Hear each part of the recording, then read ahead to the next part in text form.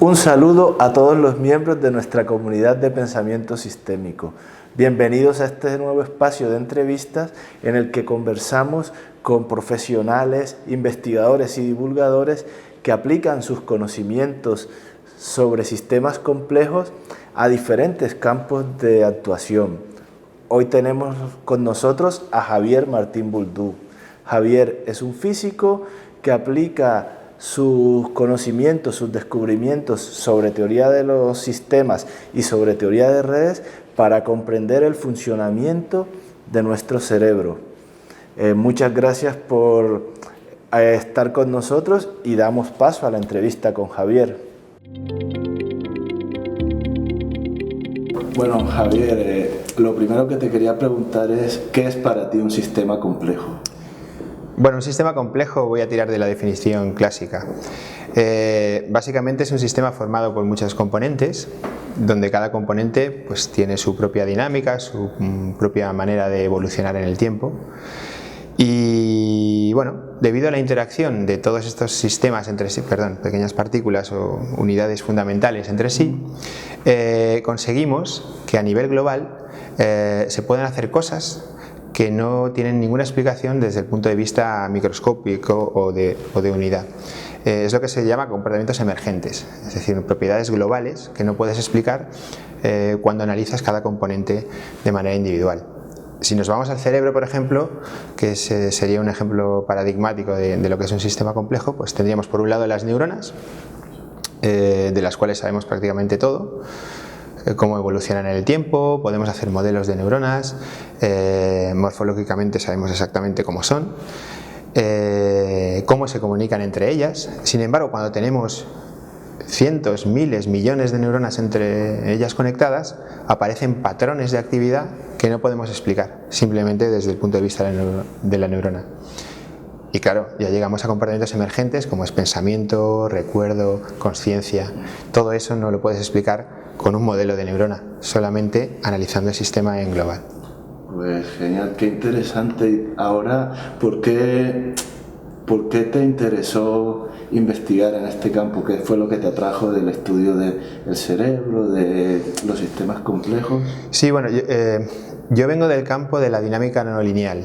Digamos que mi tesis doctoral años pues fue básicamente el estudio de los sistemas caóticos, cómo podemos caracterizar el caos y aprovecharlo para distintas aplicaciones. Ahí lo que tenemos es algo que evoluciona en el tiempo, hace cosas raras y bueno, estudiar pues por qué está haciendo ese tipo de dinámicas, esos comportamientos. Y poco a poco me fui interesando en los sistemas biológicos. ¿Por qué? Porque inicialmente a nivel de neurona es sencillo modelizarlos, entonces empecé a trabajar en qué es lo que ocurre cuando acoplas varias neuronas entre sí, si se pueden sincronizar, es decir, si pueden actuar de la misma manera a la vez debido al acoplamiento entre ellas. De 2 neuronas pasé a 3 neuronas, a grandes grupos de neuronas, y luego me di cuenta que realmente es tan importante como la neurona es estudiar el patrón de conectividad de las neuronas entre sí, es decir, cómo están conectadas entre ellas, influye en todo lo que luego va a ocurrir. Y poco a poco me fui especializando en entender pues, cómo esa estructura, esa red que tenemos debajo de conexión entre neuronas, por ejemplo, influye pues, a la emergencia de patrones, a la aparición de grandes grupos de neuronas pulsando a la vez. Sí, pues también es conveniente recordar que hace poco tú diste una charla en el Club Psicomoro sobre la relación entre cerebro y redes sociales. Quería preguntarte cómo y cuándo te diste cuenta de que bueno, existía esa relación, esa semejanza, o bueno, como lo quieras definir. Sí, bueno, sabéis que las redes sociales, bueno, ahora todo el mundo sabe lo que es una red social, pero hace 20 años probablemente no. Yo cuando empecé a dar charlas sobre redes sociales, hablaba solamente de redes sociales físicas, de interacciones, por ejemplo, de amistad o de colaboración entre personas. Pero ¿qué ha pasado? Pues poco a poco Internet, pues Facebook, Twitter, etcétera, ha hecho que todos seamos partícipes de una red social, lo que se llaman redes sociales online. Entonces, curiosamente la ciencia de las redes, que es la ciencia que estudia la organización en forma de red de muchos sistemas entre sí, sin importar el origen o la naturaleza de esos sistemas, esta ciencia es relativamente nueva, de finales del siglo XX, principios del siglo XXI. Fíjate que casi coincide con la emergencia de las redes sociales. Y entonces, básicamente la ciencia de las redes lo que hacía era estudiar cómo se organiza, pues, yo qué sé, una red de interacción. Recuerdo uno de los primeros trabajos entre actores, la famosa página web del oráculo de Kevin Bacon, que era pues, Kevin Bacon con quien ha trabajado, ¿no? Y entonces se creaba una red de interacción de Kevin Bacon con otras personas, pero las otras personas también entre sí habían trabajado, a lo mejor no con Kevin Bacon, y entonces lo que hacían en esa página web era decir a cuántos pasos estaba un actor de Kevin Bacon, ¿no? O sea, a lo mejor no has trabajado con él, pero has trabajado con alguien que ha trabajado con Kevin Bacon. Entonces estás a 1 y 2 pasos. Entonces, bueno, pues al principio se empezó a estudiar esa estructura de las redes sociales, pero a la vez también con la información que nos iba llegando sobre redes biológicas, que pueden ser incluso de redes de proteínas, redes metabólicas o redes de RNA, pues a la vez nos fue llegando información de otro tipo de redes, y una de ellas en las redes cerebrales. ¿Qué información teníamos? Pues, información de imagen cerebral, cómo la actividad del cerebro ocurre de manera coordinada en diferentes regiones cerebrales, con lo cual puedes crear una conexión funcional. También teníamos información anatómica. Se empezó siempre con sistemas muy sencillos, como por ejemplo el C. elegans, que es un pequeño gusano de 1 milímetro de longitud, donde se pudo reconstruir exactamente cuál es la conexión entre todas sus neuronas, que es del orden de 300. Entonces, como sabes exactamente cuántas neuronas tienes y cómo están conectadas entre ellas, puedes estudiar el patrón de conectividad. Entonces, ¿qué ocurrió? Que analizando una red, otra, se empezaron a ver propiedades generales que ocurrían en este tipo de redes, como por ejemplo que eran redes muy heterogéneas. Es decir, no podías explicar la existencia de nodos muy conectados simplemente por el azar, porque si tú dejas que un proceso ocurra al azar, todo es muy homogéneo. Es decir, sí, habrá gente que estará más conectada o menos, pero digamos que no te sales de un valor medio, estás cercano al valor medio. ¿Qué es lo que ocurre en este tipo de redes? Que son muy heterogéneas, es decir, hay nodos que están muy conectados, lo que se llaman los hubs. ¿Por qué aparecen estos hubs? Bueno, pues en el cerebro tendrán un motivo, en las redes sociales otro. Sin embargo, la estructura es muy parecida, es decir, aparecen hubs en ambos tipos de redes. Claro, y ya empiezan a aparecer similitudes. Vaya, en ambas redes aparecen hubs. Si empiezas a investigar más, te das cuenta que en ambos tipos de redes también aparecen módulos, es decir, grupitos de nodos, personas en una red social o neuronas en el cerebro que están trabajando conjuntamente, que también están conectadas con el resto de la red, pero que están muy fuertemente conectadas entre ellas. Entonces, vaya, pues también aparecen módulos. Entonces hay una serie de propiedades que ocurren en ambos tipos de redes. Evidentemente los dos sistemas son muy diferentes, con lo cual el origen de esas propiedades probablemente sea distinta, pero sin embargo la propiedad general está ahí y la ciencia de las redes la puede medir. Pues muy interesante. Conviene recordar que ahora mismo tú trabajas en el marco de un grupo, de un equipo de investigación multidisciplinar, interdisciplinar, en el que estáis estudiando el cerebro. ¿Nos podrías explicar un poco cómo está compuesto tu grupo? ¿Cuál es así vuestro objetivo de trabajo? Sí. Y bueno, un poco así cómo funciona. Sí, bueno, el grupo en el que estoy se llama Laboratorio de Redes Biológicas del Centro de Tecnología Biomédica. También coordino el grupo de sistemas complejos de la Universidad de Juan Carlos, que básicamente se solapan. Y es un grupo, es un grupo muy grande, somos unas 7-8 personas. Y sí, por lo que me comentas, los perfiles son bastante diferentes, porque tenemos físicos, mayoritariamente físicos, pero también ingenieros, tenemos un matemático y tenemos un psicólogo. ¿Vale? Ese sería el núcleo duro del grupo. Lo que ocurre es que, bueno, estamos en una sociedad conectada y las interacciones con otros grupos son permanentes, es decir, nuestro grupo no puede trabajar solo. Sobre todo porque necesitamos datos de actividad cerebral, por ejemplo. Y entonces necesitamos trabajar con gente que tenga acceso a esos datos. Entonces interaccionamos con psicólogos, con neurólogos y luego gente que se dedica a redes sociales, incluso con empresas. Pues muy interesante. ¿Y cómo es el flujo de trabajo, la interacción dentro del grupo, lo que sería la operativa de actividades? Bueno, cada grupo se organiza un poco como quiere o como puede, porque el nivel de trabajo es altísimo. Siempre necesitamos gente nueva para que nos ayude con todo el trabajo que tenemos, porque no damos abasto, pero básicamente lo que tenemos son varios proyectos o líneas y digamos están un poco divididas, aunque hay un solapamiento muy grande, ¿no? Entonces tenemos libertad absoluta para pasarte de una línea a otra, tenemos reuniones una vez al mes para ver cómo va evolucionando el trabajo, para estudiar posibles colaboraciones futuras, porque muchas veces nos ofrecen nuevas colaboraciones y tenemos que estudiar pues si entramos o no entramos, porque cada nueva colaboración es menos tiempo que te queda. Sí. Pero bueno, básicamente es eso, reuniones mensuales, luego también hacemos pequeños seminarios cada 2 o 3 semanas, tanto de estudiantes de doctorado como de profesores nuestros, o invitamos a gente de otros grupos. Un poco, o sea, se trata de que haya flujo de información, ¿vale? Eso es fundamental para que el grupo de investigación pueda seguir avanzando, para no quedarte en un campo concreto sin poder avanzar en el conocimiento. Sí. Y ahora me surge una curiosidad, como grupo de investigación, ¿tenéis un objetivo común que os aglutine a todos? Sí. Cada disciplina pues digamos que tiene su propio objetivo y simplemente convergir. Sí, el objetivo común es entender cómo las redes en general, la estructura de una red afecta a los procesos que en ellas ocurren. Ese es el objetivo general, o sea, somos un grupo de redes. Lo que pasa es que lo tenemos aplicado, ese objetivo está aplicado a varios campos. Uno de ellos es el análisis de imagen médica, de imagen de pacientes que tienen una determinada enfermedad neurodegenerativa, pero incluso también puede ser de sujetos sanos, porque todavía no sabemos muy bien cómo está organizado nuestro cerebro cuando hace cosas. Por otro lado, también tenemos un laboratorio de cultivos neuronales, donde trabajamos con saltamontes. En los saltamontes lo que hacemos es abrirles la cabeza, sacarles un ganglio. Dentro del ganglio tenemos un montón de neuronas, las plantamos en un Petri y entonces estudiamos cómo esas neuronas se empiezan a conectar entre ellas.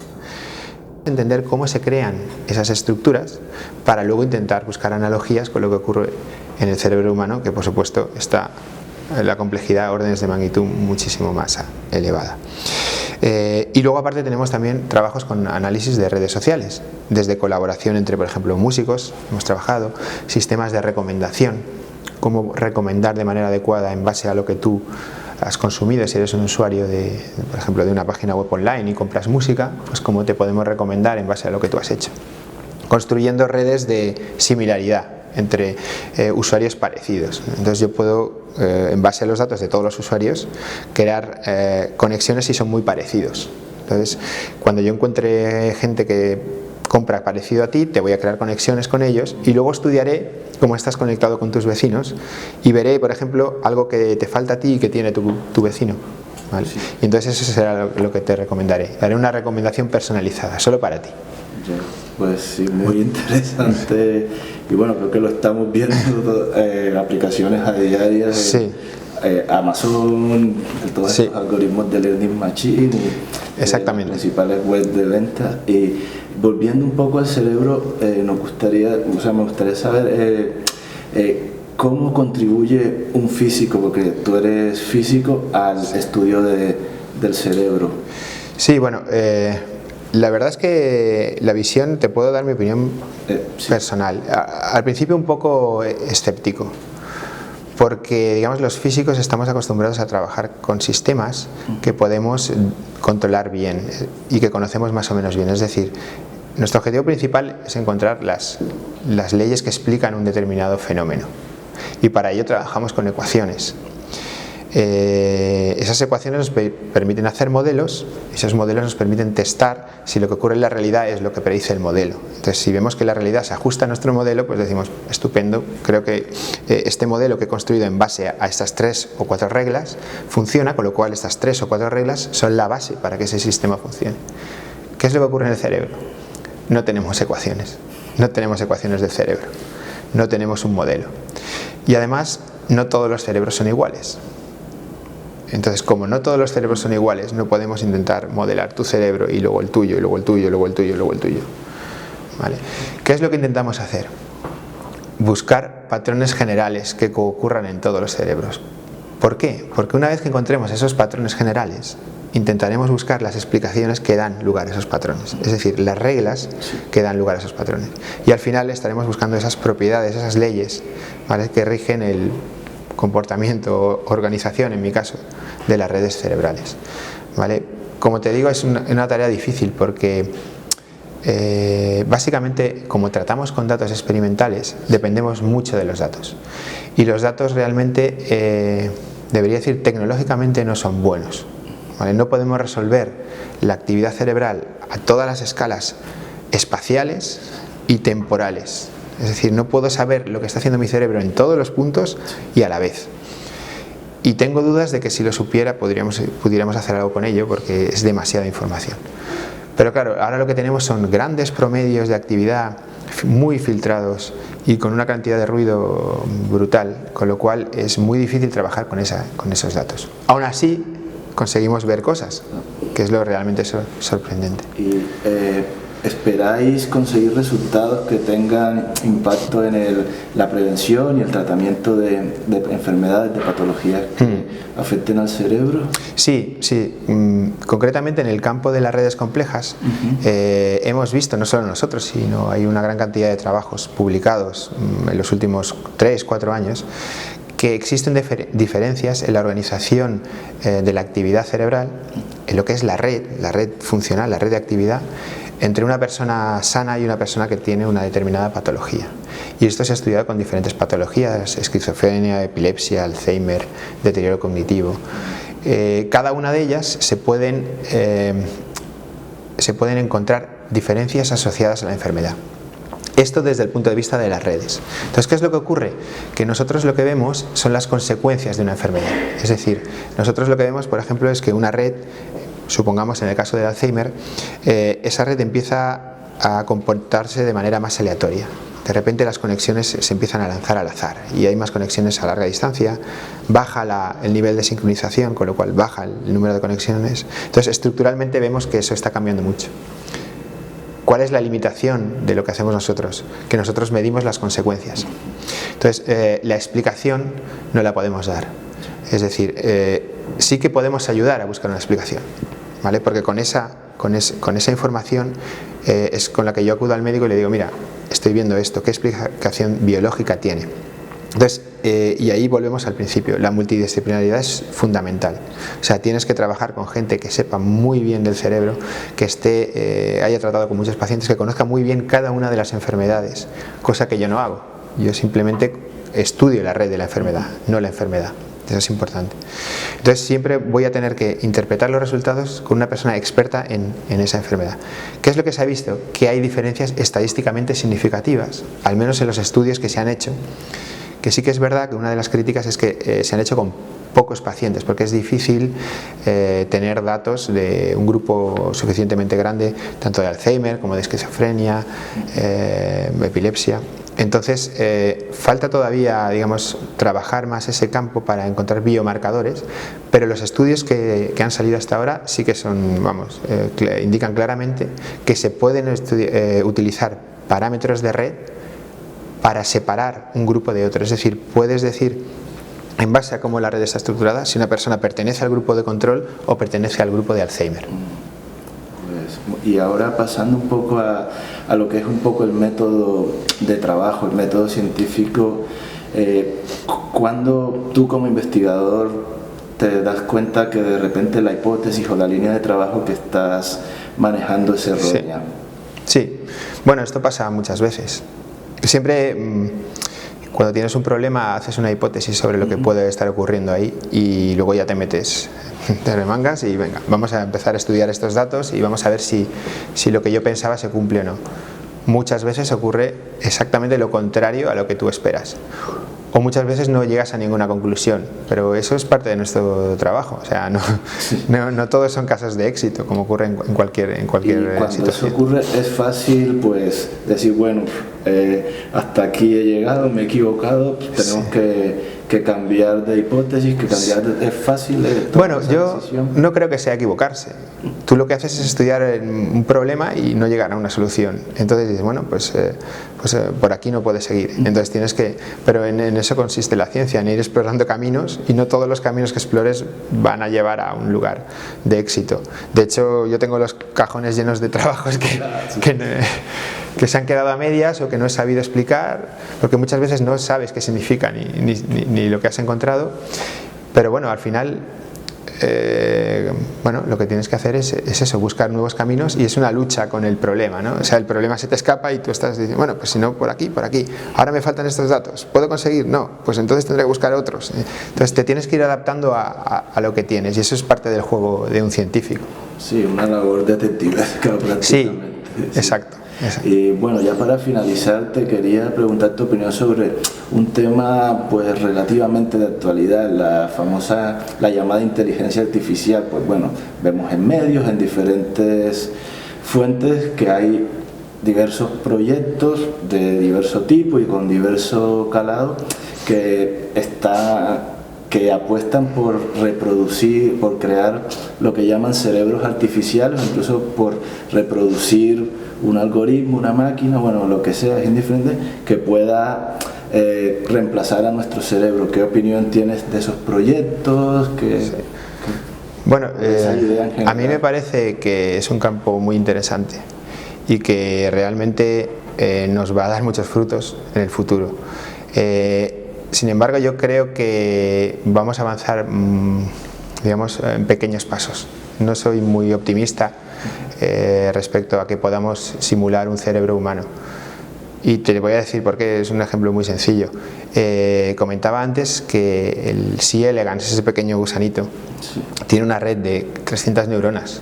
Son 300. Y además todos los C. elegans tienen exactamente 300. Es una cosa bastante curiosa. Y además sabemos exactamente cómo están conectadas esas 300 neuronas. No podemos predecir lo que hace un C. elegans, ¿vale? O sea, no podemos construir un cerebro de C. elegans y que haga exactamente lo que va a hacer un C. elegans. No podemos simularlo. Podemos golpear al gusano por la parte trasera y sabemos que va a excitar unas pocas neuronas de la parte trasera, pero luego cómo se va a propagar esa información al resto de neuronas no lo podemos predecir. Es decir, no somos capaces a día de hoy de construir un cerebro de 300 neuronas. Imagínate uno de 10 elevado a 11, que es el que tiene aproximadamente el cerebro humano. Con lo cual, intentar emular o reproducir un cerebro humano, aparte de que cada uno de nuestros cerebros es diferente, lo veo algo conceptualmente imposible, a no ser que haya un cambio totalmente disruptivo, un enfoque totalmente nuevo. Pero bueno, que iremos dando pequeños pasos en digamos, conseguir inteligencias que poco a poco hagan cosas parecidas, o sea, no que funcionen igual, sino que hagan cosas parecidas a lo que hace el cerebro humano. Y nada, pues espero que vivir muchos años y ver que la cosa pues va mejorando. Pues muchas gracias por participar en esta iniciativa, Javier, y ha sido muy interesante escucharte en este rato, y espero estoy seguro que la audiencia, que quien va a escuchar este video, también va a estar encantado de escuchar esa explicación tan didáctica de lo que han sido los sistemas complejos, el cerebro y el trabajo real de un grupo de investigación que está enfocado a utilizar estos conceptos para obtener resultados prácticos. Muchas gracias. Y gracias a vosotros, y sobre todo por acercar el conocimiento a la gente. Creo que es fundamental que la sociedad sepa el tipo de cosas que estamos haciendo en los grupos de investigación y que sean conscientes de que la cosa avanza y que estamos ahí trabajando en ello.